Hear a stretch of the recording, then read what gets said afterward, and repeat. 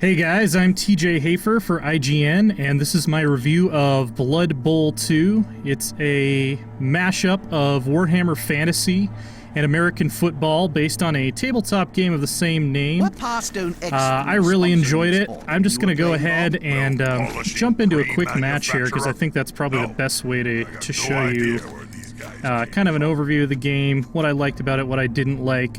I'm playing as an Orc Team, the Insane Gory Night Killers, or IGN, against this High Elf test team I made. You can pick from a bunch of different Warhammer races: Dwarves, Elves, Dark Elves, Chaos, Skaven, Humans.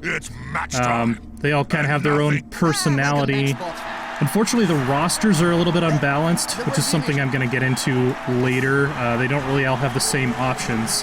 My Orc team, I had quite a few types of players to pick from. There's guys that are good at throwing, guys that are good at beating other people up, and actually has the possibility of killing them in this game, not just knocking them over or knocking them out.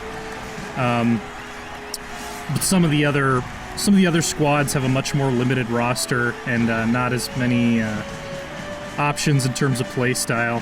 As you can see, the presentation is excellent. You know, the costumes, the on-screen graphics. I really like the announcers too. There's sort of this vampire and ogre who commentate everything, and it's all really well done visually. Here's a coin toss. One of several random things. I actually won this that can affect the outcome of a match. I'm gonna choose to be on offense because I like to hit people. It would be inspired to put some players and aside from the coin toss, there are some other random things that can happen, like the weather changing and just weird things that mess with the game that can basically proc at the very beginning. Which is sort of a criticism I have of this a little bit, is just sort of the level of randomness that happens with it.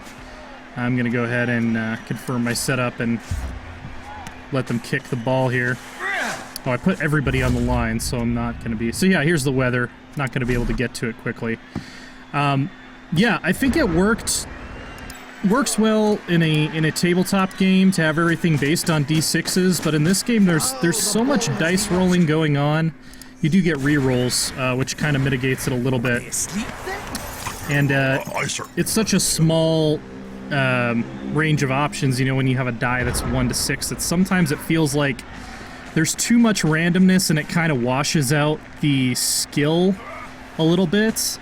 If you think about it, I don't want to say like dice rolling is a bad way to run a game, but if you think about a game like XCOM, it feels like player skill is the dominant factor, and the randomness just kind of adds an unpredictable element to it, whereas with Blood Bowl 2, I kind of feel like the randomness rules the game a little bit too much, and there are certain games where I felt like I did everything right, and I just got destroyed because the dice weren't falling my way. I do really like the animations. You're gonna see here that he's gonna try to attack me. We'll see how it goes for him. Not that well. He gets to push me, not actually damage me with that. And when he moves away from me like that, I get a chance to hit him, but of course my clumsy orcs can't hit these elves, which is sort of an advantage of their team. That's sort of what I'm talking about right there. Like the fact that all of my guys missed their opportunity attack. I'm just gonna go ahead and bash this guy with a troll, or try to, but my troll is stupid, so he might just not do what I say. I've seen mushrooms. And so we have case in point here. Basically every die roll so far has gone wrong. And you will have matches that feel that way, for sure. I guess I could try to attack this elf, but it's not going to go particularly well for me, I don't think. I pushed him at least. And by the looks of things, neither were they. And let's see here.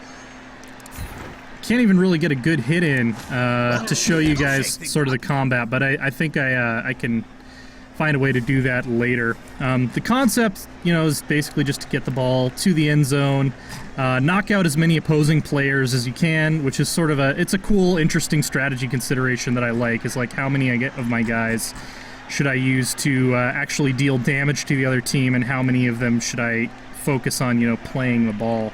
Because if you keep everybody on the other team knocked out, or if the dice roll well enough that you actually kill or cripple for the match a significant portion of the enemy players, you obviously are going to have a much easier time. Anyway, I'll concede here to show you some of the more statsy stuff. Of course, the elves are very pleased with themselves with that one, with their dodgy elfiness. So one thing that I think is really cool is the team and league management here. If I go to my Night Killers, you can see I've got my squad here. They can all level up. If you're playing in a league, actually, which I'm going to talk about in a second, they can get persistent injuries and even die, which has some cool potential to create rivalries, like you killed my star player. I can hire guys that are good at different things. You know, goblins are good at catching. This guy's good at throwing. Black orcs, blitzers, they're good at beating up other players. The troll's kind of a wild card, like a super unit that also has a lot of drawbacks, as you saw. Now, one thing that I did want to comment on, I was talking about rosters, and this is really one of my biggest complaints with the game. Excuse me. As you can see, the Orc team had 6 player types to choose from. Chaos only has 3. And I can kind of understand if they're supposed to be a little bit more of a specialized play style. Chaos doesn't really care about running the ball that much. They're more about just killing everybody on the opposing team and then running the ball into the end zone unopposed.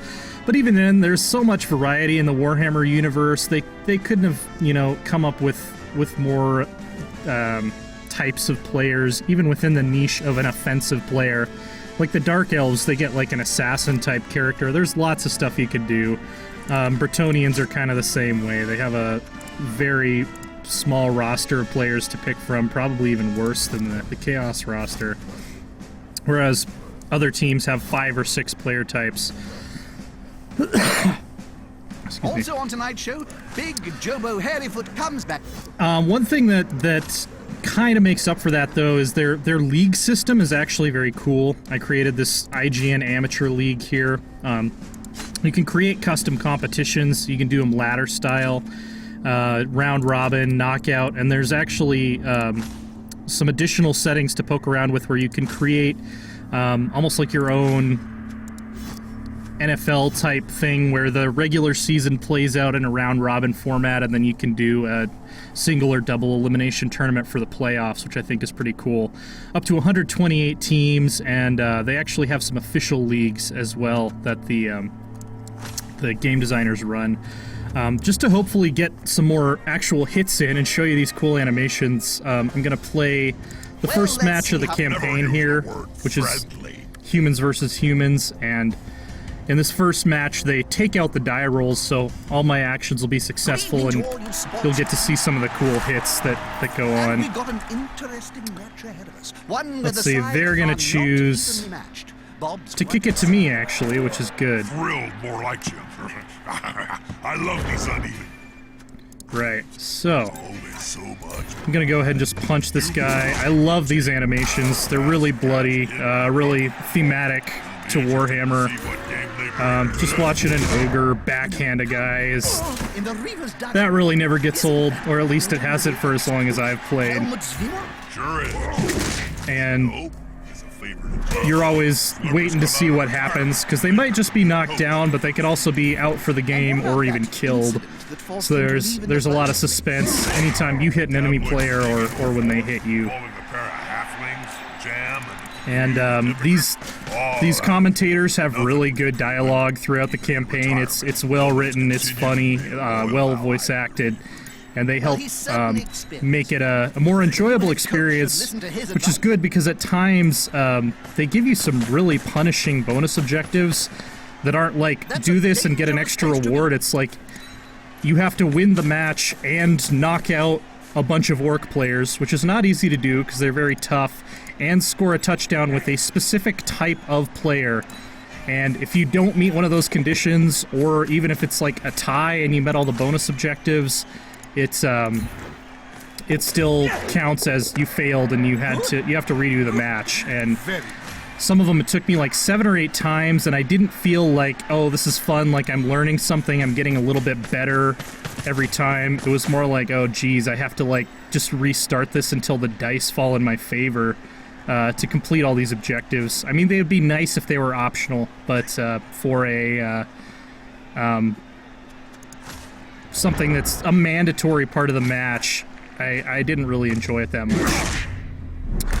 Anyway, overall, I really like Blood Bowl, giving it a 7.8. If you're just planning on buying it for the campaign, I'm not sure I'd really say it's worth the price of admission. I really think that the league play, which I've only really gotten to test out in a limited fashion, is going to be where this shines, and just beating up your buddies' teams, killing their best players, and sharing in each other's misfortune. That's another thing. I think the die roll issue and the level of randomness, it's easier to swallow when you're playing with friends and you can all just kind of have a laugh about it, as opposed to when you're against the cold, unfeeling AI and you just have to curse the darkness that you're going to have to replay the same mission over again to finish the campaign. That's a holding maneuver. And that's about it.